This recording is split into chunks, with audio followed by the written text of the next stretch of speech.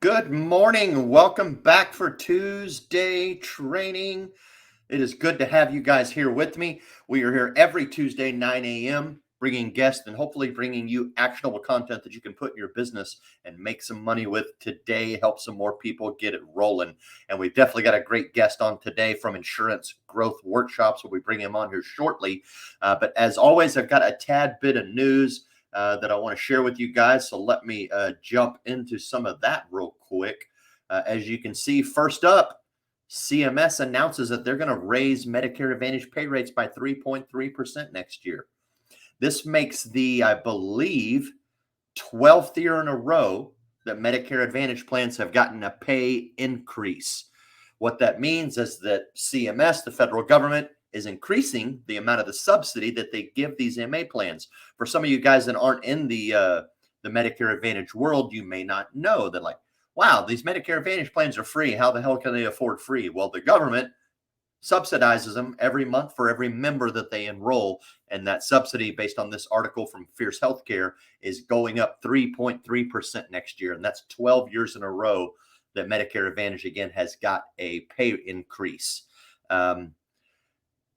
And that is obviously directly related to the growth of Medicare Advantage, right? We've seen Medicare Advantage explode in the last decade, and this is a big reason why. When we see these payment increases come, what normally happens, right? If the Medicare Advantage carriers are making more money for every enrollee that they put on the books every month, well, then they can grow their footprint, right? They can coverage more area. They can add new benefits. They can enhance their benefits. They can make them richer. And generally, and this has been true with all 12 years that Medicare Advantage has gotten a pay increase, some of that comes through to the agents in the form of increased commissions. So while this isn't as big an increase as they gave them last year at roughly at almost 9%, which is the biggest one to date, and bumped commissions for MA plans all the way up to $601 for new to Medicare, and that's just street level comp for the average agent.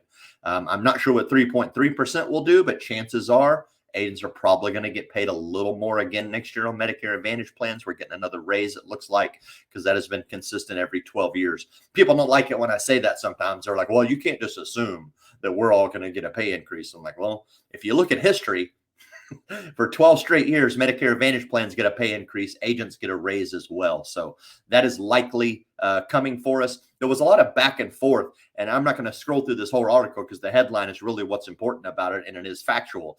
There was a lot of back and forth. They were going to increase it 1%, and they were going to slash the Medicare Advantage pay increases and some of the benefits, and then now they finally settled.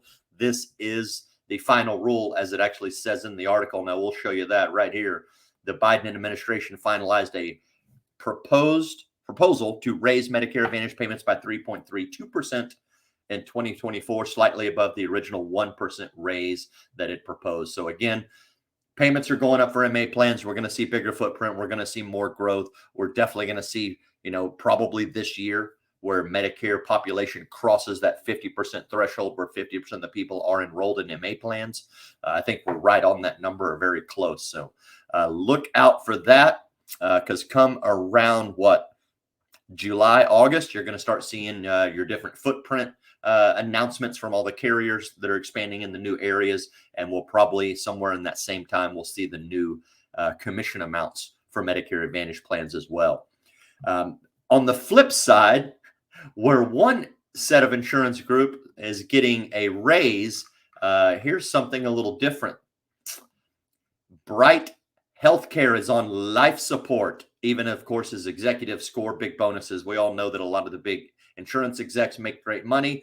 One of the reasons I like insurance, but that is not what this article is truly about. If you cruise down through it, you will find, where did it go? Bear with me, I had it. There it is. Bright Health could be delisted from the New York Stock Exchange on June 6th if a share of its stock isn't worth at least $1 and maintains that worth for 30 days. The insurer also disclosed earlier this month that it needs to raise about $300 million to avoid bankruptcy after it overdrafted its credit.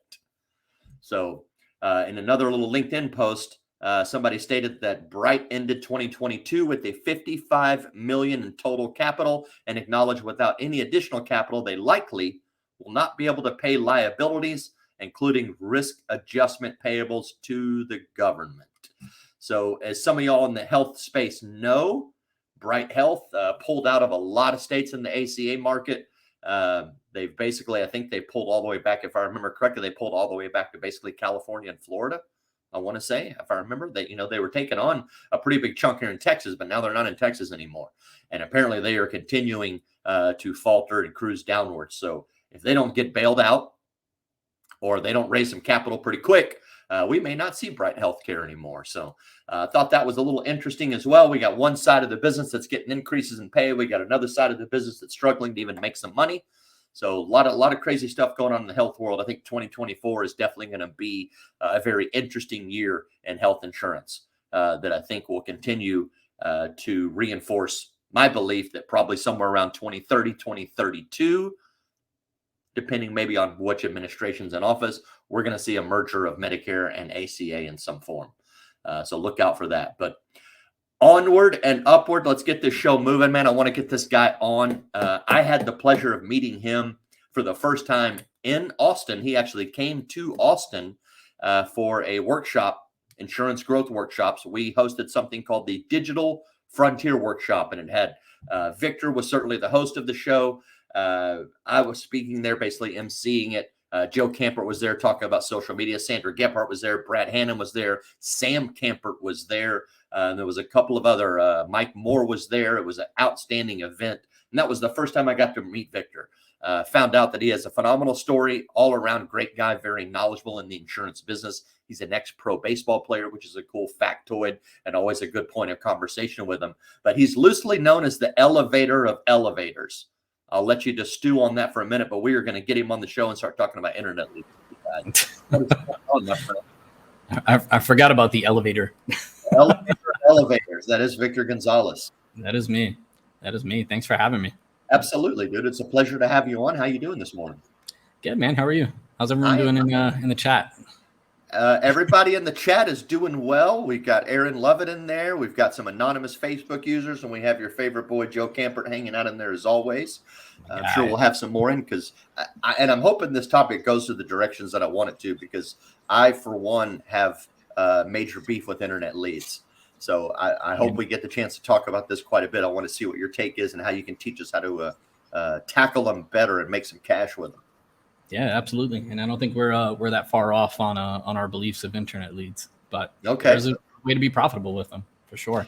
Yeah, I would assume there's got to be, and I can't wait to hear about it, because I remember when internet leads very first came out in the Medicare space, right?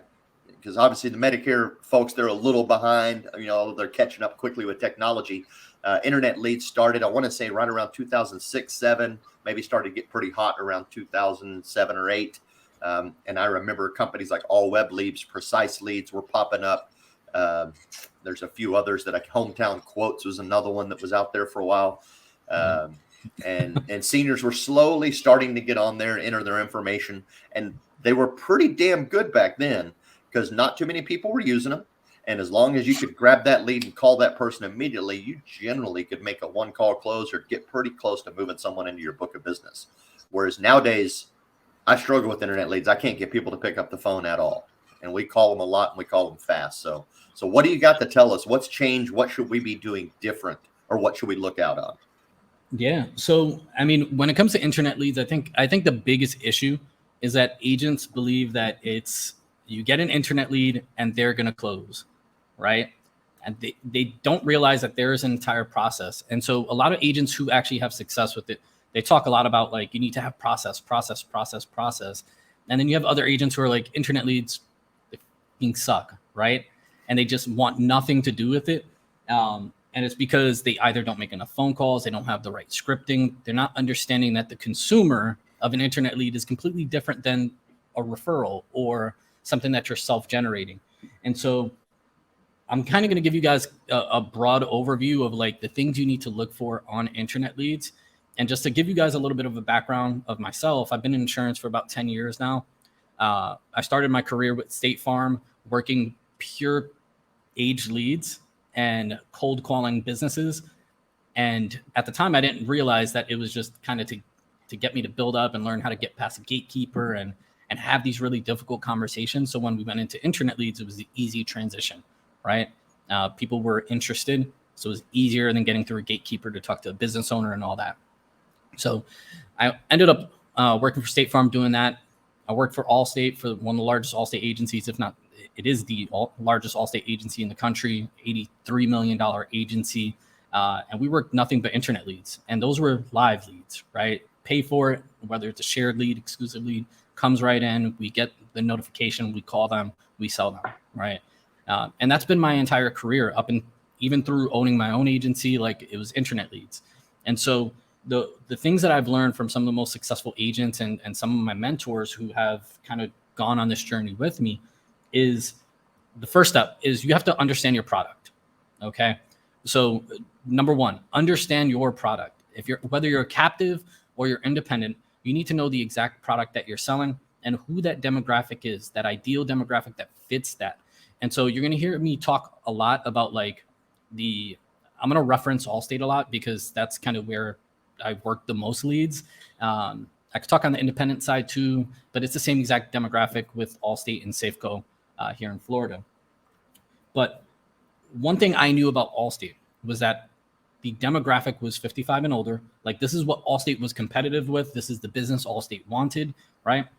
55 and older, retired, homeowner, multi-car, and higher limits, right? On the PNC side. We knew exactly who the client was that Allstate was going to do best with. As we tracked and we bought more, as we collected more data, as more data came in and we started tracking these important things, then we can get even more hyper targeted with it.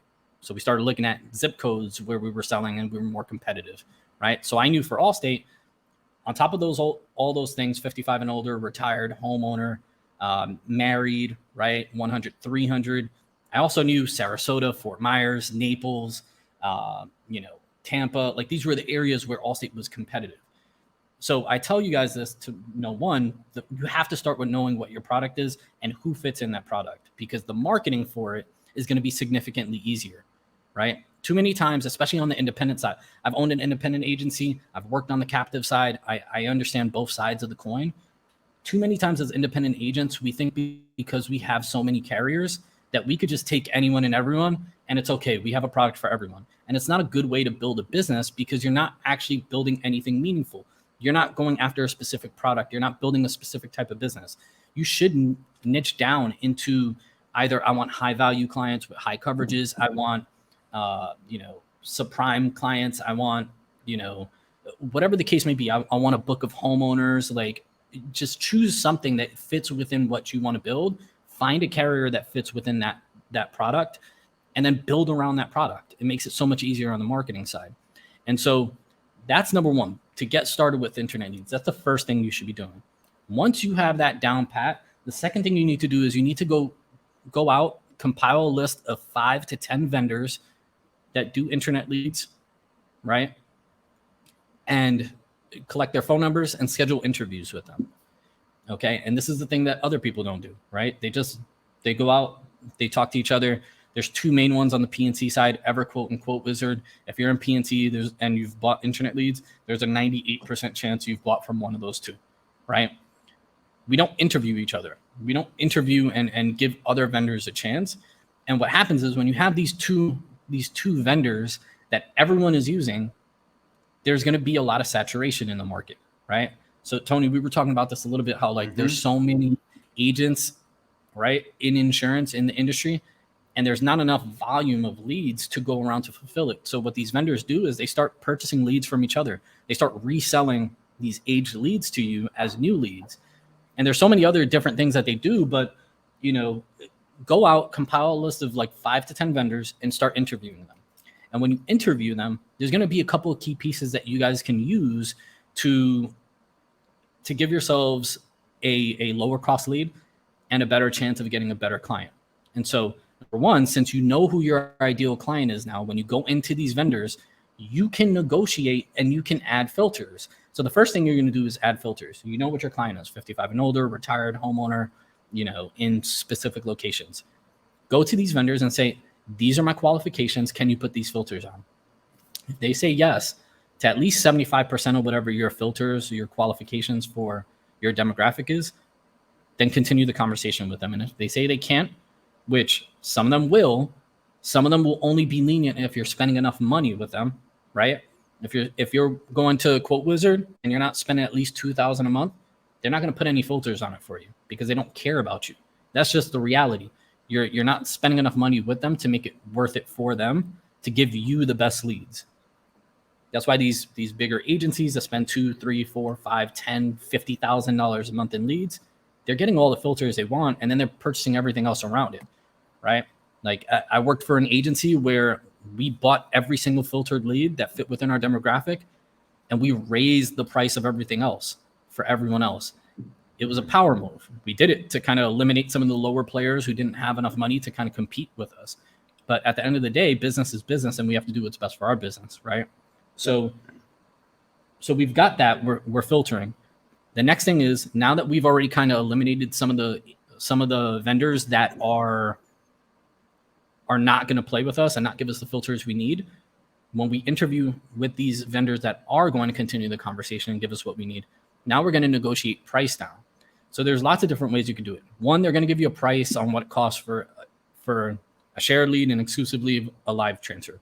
Live transfers, especially on the P&C side, never profitable.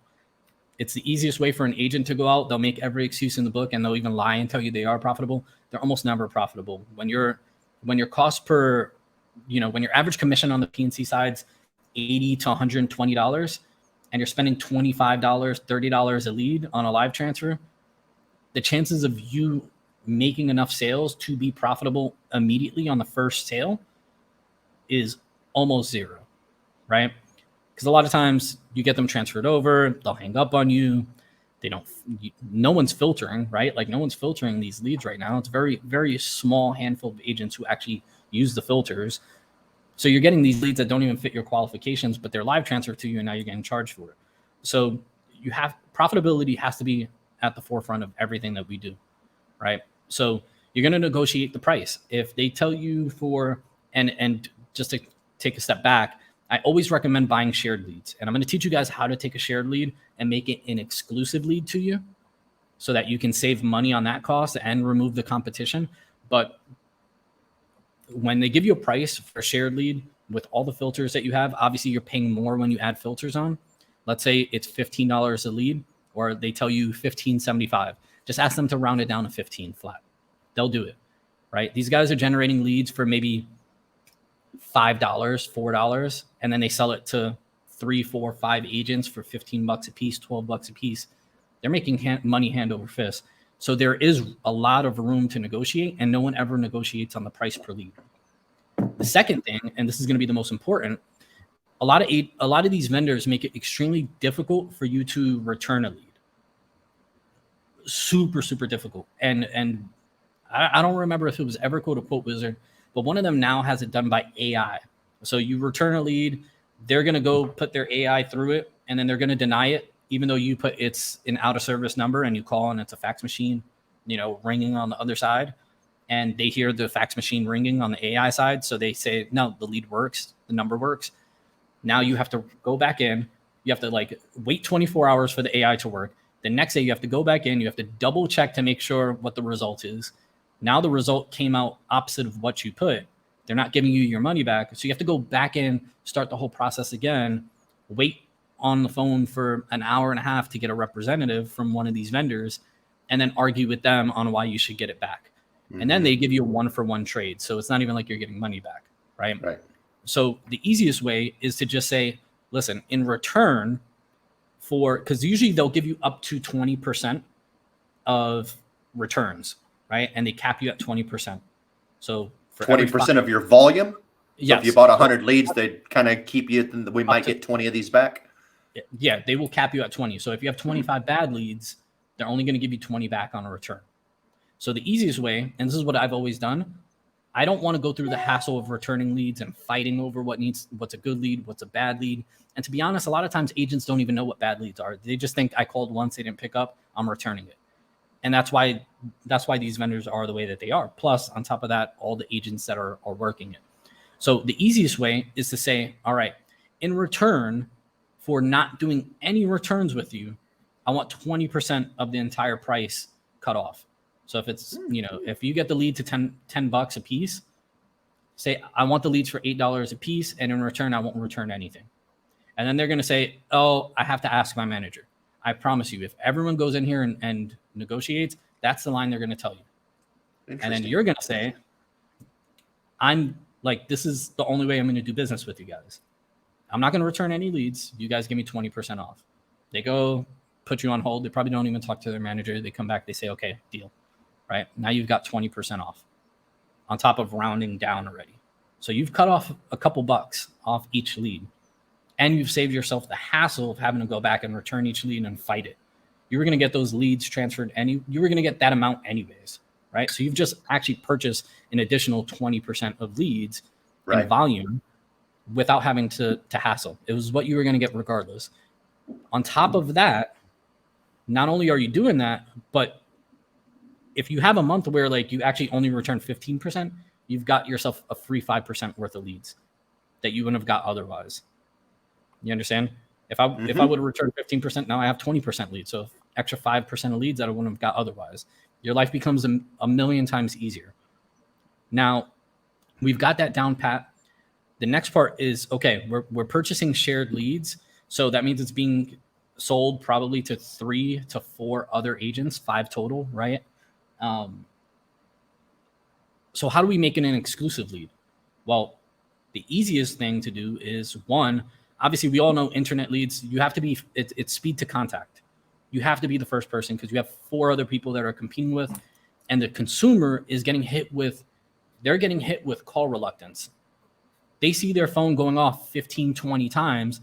They don't want to deal with you. They've gotten 15, 20 calls because 5 agents have called them 3 to 4 times each. We were talking about this, right? Like when you get a lead, they don't pick up. I'm calling you 2, 3 times today. Yeah, I'm triple dialing all day long. Another 4 times later in the day, right? We want to get our money's worth. We paid for it. So speed to contact is super important. You have to be the first person to get to them. And then once you get them on the phone, what you're going to do is you're going to call out the obvious. We're not talking insurance. We want to talk about insurance, right? That's what they filled out the form for. But we have to call out the elephant in the room. And so what we do is I say, hey, I know you've probably been getting hammered with phone calls. I understand you're probably frustrated. This is going to be most people. Some people are just like, oh, I don't care. I expect it. I fill it out. I want to talk, and shop it. But that's very rare. Most people are going to be like, yeah, you're like the 5th person that's called me or the 7th person that's called me. Take me off your list. And you say, listen, I paid for your information. I like to be very transparent. Listen, I paid for your information so that I can get you quotes. I'm an independent agent. I can shop you around. The good news is there's only 2 other people or 3 other people that are calling you. It seems like a lot more because we're all, we've all paid for your information. So we're all calling you 3, 4 times, right? It's always good to be transparent with the consumer. Yep. It puts them at ease that they understand what the process is and why they're being bombarded with calls. So I'm going to let them know, hey, we paid for your information. There's only 3 other people calling you. It feels like a lot more because we're all calling you at the same time and we're trying to get a hold of you. But this is what we're going to do. My name is Victor. I'm with, the Gonzalez agency. Save my number in your phone. I'm going to be the only person you deal with. And you have to tell them to save your number in the phone. 83% of consumers who have a number saved in their phone will pick up the next time you call. That means even if your number is saved, 17%, friends, family, it doesn't matter. They're not going to pick up anyways. If your number is not saved in their phone, it's less than 3% that they're going to pick up your call. See, I save certain phone numbers because I want to know who's calling me so that I know not to pick up that phone call. Well, I mean, that's a different, like Joe, right? Joe Camper denied. So you want to make sure that your number is saved so that next time you call, the number's in the phone. Then you're going to tell them how to get rid of all the other phone calls, right?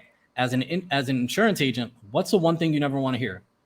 Take me off your list, right? Put me on your do not call list because you've already lost that money. You can't go to the vendor and replace that.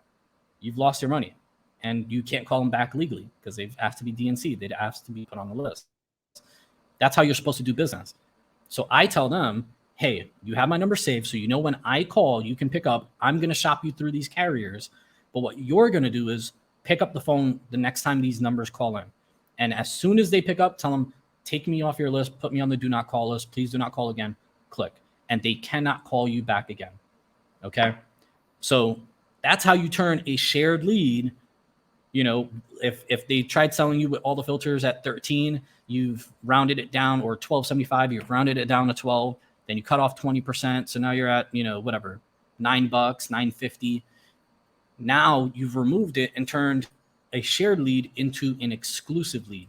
And now this exclusive lead, if you wouldn't have done it otherwise, and you would have just went directly to the vendor, you'd be paying $18 to $20 for it. Right. So you got it pretty much half off, right? Just for doing these things. And you've built trust with the consumer on the back end because you're helping them alleviate their immediate pain point, which is a bombardment of phone calls. Does that make sense? Makes a lot of sense. What are some other questions that you're asking these lead vendors when you're interviewing them, when you're taking that list of 5 to 10 and you're starting to narrow it down? Obviously, you're checking off, hey, can you guys do these filters that I need? Hey, Yep. Are you willing to negotiate some of the price point? But what are maybe some other items that you're like, nope, definitely not working with you. Ooh, I might be interested in you, but I still got some more vetting I got to do. Yep. So I'm making sure that they're hitting at least 75% of the filters that I want. Whoever gets closest to 100 is going to get probably my money, right? Right. After we do those filters, I want to know how much volume they can provide in the areas that I'm looking for. And then what that's going to do is, once I have the price and I know the volume, obviously you're not going to get all the volume. They're not going to give you all the volume. They have to sell to other people as well. But if you can get a gist of how much you can expect, you can understand that, like, I need to pump out X amount of dollars to try to win as much of these leads as possible. And in this business, you have to spend money to make money. So you can't be afraid to go out and say, I'm going to put myself with $1,000 budget on internet leads.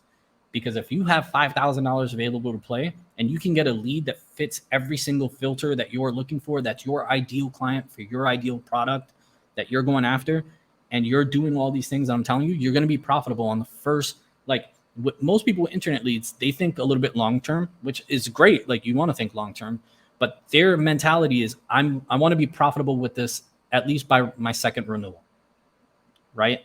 So your cost per lead or your cost per sale might be $200, $300, right? Most agents, when we run through numbers and we actually go through data of how many leads they've bought versus how much they spent per lead versus how many they've closed versus what their average commission, per policy is, it almost always takes 2 to 3 renewals before they're break even, right? And become profitable.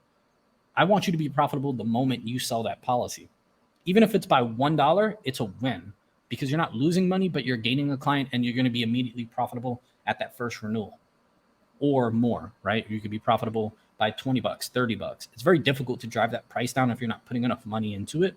But that's the goal of it, right? To be profitable immediately, especially because people think that internet leads don't retain, right? That's the other big thing. Oh, internet leads are price shoppers. The retention on it's not great. They shop you once, they're going to shop you again, whatever. That's not the case. If you guys have ever filled out a form and been bombarded with calls like that, you've learned your lesson and you're like, I'm never doing that shit ever again. Right? And that's the mentality of the consumer, right? They're not going back and doing that shit again. Like I think the number was like 90 or 91% of people who filled out forms, it was their first time ever doing it. So that should let you know, like, once they do it once, they're not going to do it again. That's also why there's not a lot of traffic, why it's so difficult for them to fulfill traffic, because people do it once and they're like, I'm not doing this again. I'm not going through this process of being called 40 times. So there's the retention usually remains level with whatever your customer service is within your agency. You have to make some tweaks for it, right? You have to give them a little bit more attention on the front end. But once you do that at renewal, as long as you call them and make sure that, they still know you're the agent and you're doing policy reviews and you're shopping them if you're independent and you're doing all those things and you give them that attention early on, they'll never leave you unless you give them a horrible experience or you give them a reason to leave you, right? So, that's kind of like a myth in the industry, especially on the PNC side, that like internet leads, they're price shoppers, they don't retain well. Like, it's because you don't have processes that we've spoke about in place to make sure that they do retain. So, are there any specific red flags to look for with the lead vendor? Like if they tell you this, or they say this, or their practice is this. yeah, the second that they say they Definitely. can't, yeah, if they say they can't do it, here's the thing, right? When you're purchasing leads, you hold all the leverage. They want your money, right? You want their leads, but there's a million other people who have leads, but they want your money. And so if you go in and you go into a conversation and the whoever the account manager is for the vendor is trying to control the conversation and tell you what filters you need, immediate red flag. They don't know your business like you do. They don't know the product like you do. They're not insurance agents. And you're going to notice, like if you're mindful to it and self-aware, you're going to notice that a lot of these account managers are going to try to tell you what you need. They're going to try to tell you, oh, you need to get these filters, or you need to get leads in this area, or you need to spend this amount. They don't know what the hell you need. They're just trying to upsell you and get you to buy either one, the leads that they can't get rid of, or two, get you to spend as much as possible because that's how they get paid, right? Right. So if they're taking control of the conversation and you don't take that control back, that's a red flag. Don't do business with them. You tell them what you need. You lead the way of the conversation. You don't let them, hassle with you and haggle you. You control the conversation. You tell them the price that you need to be within, right? You work your way with the strategies I gave you guys.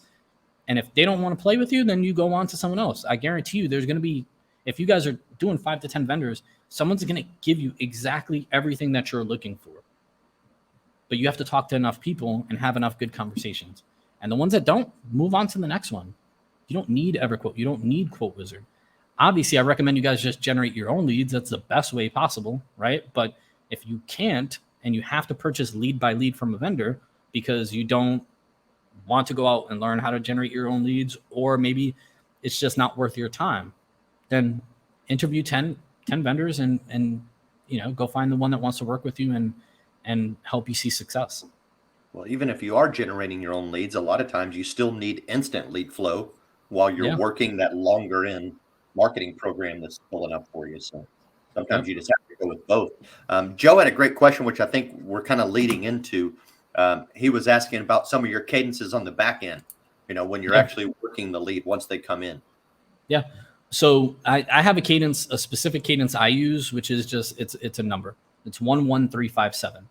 And all that is that's how many times I will follow up with someone without them answering my call before I move on. So if I generate a lead today, we talk, I run up a quote, we don't close it on the first call, I'm going to call them one day after today, so tomorrow. And then if they don't pick up, I'm going to call them one day after that. And if they don't pick up again, I'm going to call them 3 days after that. If they don't pick up, 5 days, then 7 days. And if they don't pick up on that by that 7, then I either X-date them, which for P&C terms, that just means calling them at their renewal, or I just, never talk to them again because I'm generating enough leads where I'm not going to waste my time. And that's key, right? And that's not really on the internet lead side. I mean, it's just lead management in general, right? It's just pipeline management. And so for me, I don't want to deal with someone who is not going to respect the fact that I'm calling them and they can't take the time to call back, text, or email me back. Because that 11357 is not just phone calls, it's also emails and text messages that also go out. Mm-hmm. So they're getting hit with multiple means of communication. And if they can't contact me back within those 5 follow-up calls, then I'm just going to move on to the next one, right? My time is valuable, their time is valuable. If they don't want to spend time with me, then, we just move on to the next one. And that helps me keep a pipeline of people who are, that's how you create a robust pipeline of people who are actually interested in doing business with you. People Correct. That are going to be much more likely to close business with you, as opposed to me sitting there and I call you every single day. You never pick up, but I continue to call you. Now it's 2 people. Now it's 10 people. Now it's next thing you know, every day I'm calling 200 people and 195 of them aren't picking up the phone. But because I want to let it go, now I'm spending and wasting more time each and every day. Every phone call is going to take you at least 20 to 30 seconds. So if you have 50 people in there, you can do the math. That's half an hour or so that you're wasting on people that for a fact aren't going to pick up just because you're hoping and praying that they do. Go get some automation, go get an email drip campaign, let it email drip them and get back to them. They'll get back with you when they're ready. And if they're not, then saving you time. You have to look at it as a positive way. Like, at least you don't have to deal with them anymore. I feel like that plays into the cadence on how often you should be purchasing and reloading your leads, right? Yeah. So because if you have a 11357 cadence of you're calling them and you're getting a certain amount of people that are absolutely not interested and you're finding that, then and you find yourself sitting there still dialing old data that's still not answering the phone, that should be a check. Like, yo, you need to go get some more leads, bro. Yeah.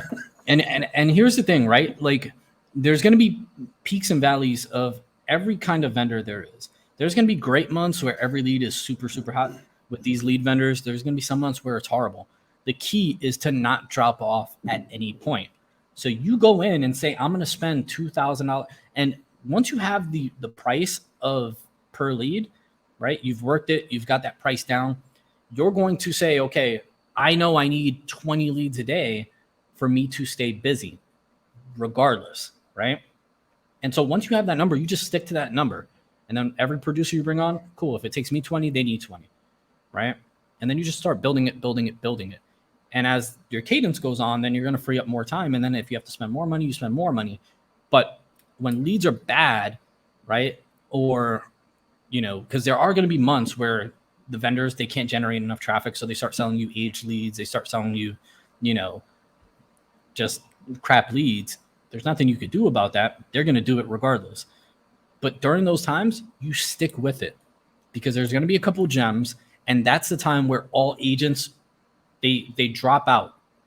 They're like, I'm not buying these leads anymore. And they all drop out. And guess what happens? It's kind of like when a recession hits, right? The people with money, they get all the deals. Yep. So when all these agents drop out because, Quote Wizard or EverQuote, they've been selling crap leads for a month. And all these agents who kind of are teetering were like, I'm not dealing with this right now. Internet leads suck. The ones who stick with it, when the leads get better next month and they're hot and the traffic's up, you're going to be playing in a bigger pond by yourself. Mm-hmm. You know what I mean? There's going to be more traffic available to less agents. That means you are getting better quality leads from these vendors. So I always recommend you stick with it even when it sucks. That's the name of the game, right? Like, you have to have some money to play with. You have to be confident in your sales abilities. 95% of the time, and I hate to call it out, but the truth is, like, most agents just suck at sales, right? It's not the leads, it's the salesperson. You don't know how to close business. Go get a sales coach who knows how to close business and go work with them on how to close business, right? Most of the time, that's what the real issue is. It's, you can give yourself all the filters and all that and give yourself the ideal client and have the perfect product and all that. But if you don't know how to ask for a sale and close business on first call or continue on and put the follow-up in place, you're not going to win the business regardless. So you have to have self-awareness with that too, right? Like, get better at sales. Learn how to talk to different type of clients in different types of settings. Well said. You've talked a lot about filters. Are there some, and obviously you're designing your filters to find your ideal client avatar, right? Yep. So that's going to vary for everybody, but are there certain filters that you feel like you definitely want to make sure this type of filter is running for you? And maybe there's some filters you're like, it sounds good, but don't do that one because it ends up killing your volume. Is there any little particulars, granular details like that you would recommend or have some statements on? There's too many variables. It depends on the product you're selling, right? Like, if I'm selling a life product, then obviously the filters I'm going to care more about are age that fits within the product I'm selling, health, right? Things like that. Like, I want to fit filters that fit the product. If I'm selling car and home insurance, then, accidents and tickets, that's all self-reported. It's self-reported, so you can't confirm whether they actually have it. So people can lie, and people lie all the time, right? So that's one that I probably wouldn't worry about. But like age, we can confirm that. Home ownership, like, it depends on the product. Maybe you want to build a book around renters. I don't know why anyone would want to build a book around renters, but if you wanted to, and have your $7 commissions, go for it. You can go filter that in. So it just depends on the product and the type of business you're trying to build. The filters are always it's a variable. You just have to go with whatever the product is. Makes sense. Makes sense. Any final tips that you would say to the audience in regards to if they're, we don't want to necessarily say certain lead vendors are good or bad by any means, but any final tips that you would say, like, hey, look, if you're looking to do internet leads outside of everything I've told you. If you're looking to do internet leads, do everything I just told you. Go. I'll just go through it again. I'll do the quick overview of the steps. Number one, learn the demographics of your lead and your product. Number two, interview 5 to 10 vendors, right? 3, speed to contact on the leads when you get them.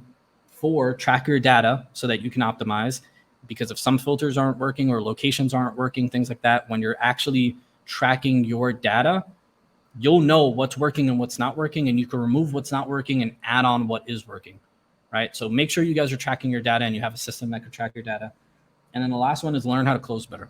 If you're not good at closing, like, go get some help. There's a million people who are incredible at sales who will teach you how to close business. And on internet leads, it's important to learn how to do it on the first call. So go learn how to be a first call closer and learn how to make that sale. Makes sense. One question that I have real quick, and I'm curious, what would you say to someone that came to you and said, look, I invested money with a reputable lead vendor. We're going after my desired target area, right? My desired client. I get leads back from them, and I'm telling you, nobody picks up the phone. Not a single person. I've gotten 50 leads so far. I can't get one person to pick up the phone. I'm triple dialing them in the morning. I'm triple dialing them in the noon and afternoon. Yeah. What would you tell that person? One, I would say that you need to. Oh, and here's another one, and I left this out, and this ties right into your question. Always ask to see what an example of their ad copy looks like, because when you're dealing with these vendors who are the bigger players in the industry, they almost always, in order to get that amount of traffic, have to put out some ridiculous ad copy that's going to get people to have enough incentive to want to fill it out. So it might be the $5 Walmart gift card or Target gift card, or, and you guys have probably ran into that plenty of times where, like, I'm just calling because I wanted my gift card, right? Or I filled it out because I wanted my gift card. Ask to see a copy of it, because if their copy isn't generating something that is high intent, where people actually are filling out a form and know why they're filling out a form, then the chances are they're not going to pick up, depending on how that ad copy is, right?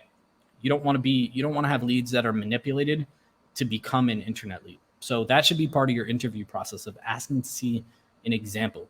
Now, when you run into like the EverQuotes, the Quote Wizards, they're going to have 50,000 different ads running at any given time at the same time, right? So seeing one isn't going to be the whole thing, but it's good to see what it looks like so you know what to expect. And it makes it easier for you to have a conversation with the consumer about what they saw, what they filled out, and then why you're on the call together. So yeah, that's what I would recommend. Make sure you guys are asking for that as well, because it's super important. Fantastic, man. How do people find you, get a hold of you, ask you more questions about internet leads or insurance growth workshops?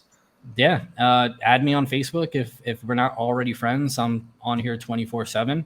And then I also have a private group called Insurance Growth Workshops. Tony talked about it earlier. We basically just do a free workshop every month for about 30 minutes. It's just another good group to be in. We it is a good group. Try to provide as much value as possible for everyone. Are you planning any more live workshops? So the goal is to do 1 to 2 in person each year. Okay. I think this year it'll probably just be 1. I do have plans of it. We don't know location yet, and we don't know date yet. Okay, cool. But a lot of people have been asking for Austin, so we'll see if we go back out there again. We like it here. Yeah, right Austin's on, man. pretty awesome. Well, I hope you do make it out here, and I look forward to finding out about your next event. I will do my best to attend, even if it's not in Austin. So there you have it, guys. There is some tips that you can use to make money with internet leads. He hit it nail all on the head, if you ask me, right? Know your product, know your client, use that information and negotiate with the vendors that you're talking to. And then ultimately, speed to contact and tracking that data is good. And I love that cadence, 11357.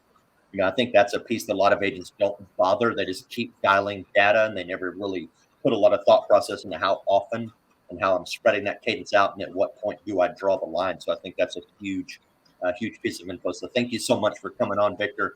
And Thank you for thank you having me. guys for tuning in. Like I've said before, we are here every Tuesday at 9 a.m. doing our best to bring you guys actionable content. Victor knocked it out of the park like I expected him to do. If you're not a member of Insurance Growth Workshop's Facebook group, jump over there, get yourself and be a member, and certainly tune in because he is going to be doing a live event here pretty soon, and you'll probably see some of the usual suspects there that can help you elevate your business because Victor is, as I said earlier, he is the elevator of elevators. So thank you again, Vic, for coming on. Thank you guys for tuning in. We'll be back next week with Leah Hayes from the Brokerage Inc. Probably going to be dropping a lot of information on Medicare. So thanks again, and we'll see you guys next time for Tuesday training. See you guys.